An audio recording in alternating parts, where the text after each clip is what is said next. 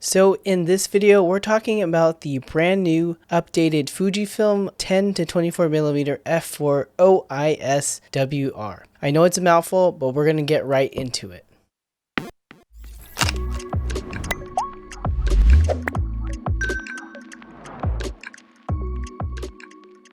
What's up everyone, Reggie B Photo here and welcome back to the channel. So for those of you who are new, my name is Reggie Ballesteros and I am a wedding photographer and photography educator based in the San Francisco Bay Area. For those of you who already follow me on Instagram, you probably already know that I now have in my possession the newly announced Fujifilm 10-24mm f4 OIS WR. This lens is actually not quite a Mark II lens as some people have mentioned in Fuji rumors and stuff like that, but it's actually more of an update to an already proven 10-24mm f4. Most notably, Fujifilm added weather resistance, which is better suited to shoot in conditions with rain, water, dust, humidity, and sand and stuff like that. The aperture ring actually locks and is labeled now, and it used to spin indefinitely, but now it locks in. It really has that kind of like tight kind of feel that the f2 or the Fujicron prime lenses have. The lens is also smaller and lighter. The original version had a deeper and thicker focus ring, which made it kind of front heavy. And then the lens also has increased OIS by 1 stop. So the old version had 2.5,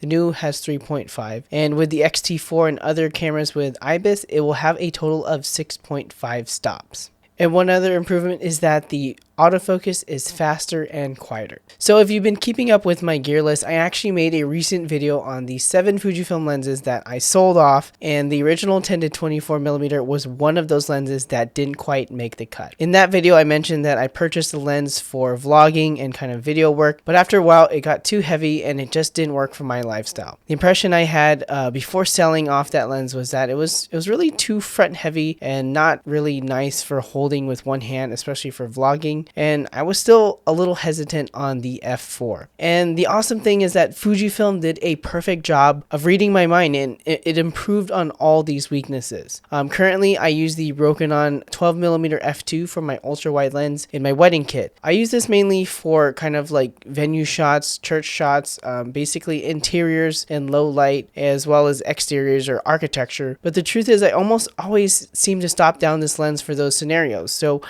now I'm thinking that the f4 really isn't that bad, and with the improved OIS and the fact that those shots don't have really people or feature people that are moving, maybe it really won't be that much of an issue with the f4. And the cooler thing is that by replacing the 12mm f2 with this new 10-24mm f4 WR, I actually regain autofocus in my ultra wide lens, and perhaps I can start implementing vlogging into this channel again. Who knows? You guys want to play with your trucks?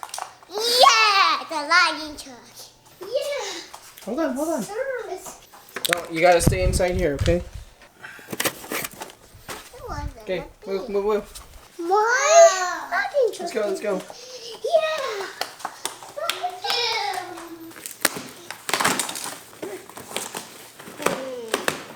at mine. Look at you.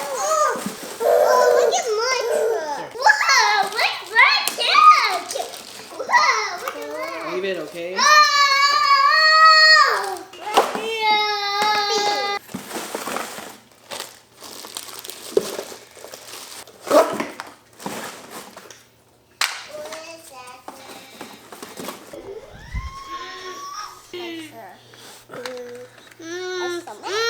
What is that?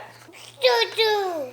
A cement truck? And I get a loading truck. Nice. As a loading truck, there's the Sunday, there's the tractor, the Sunday. Well, what's that? All that means cut the treats on top. Oh, bless you.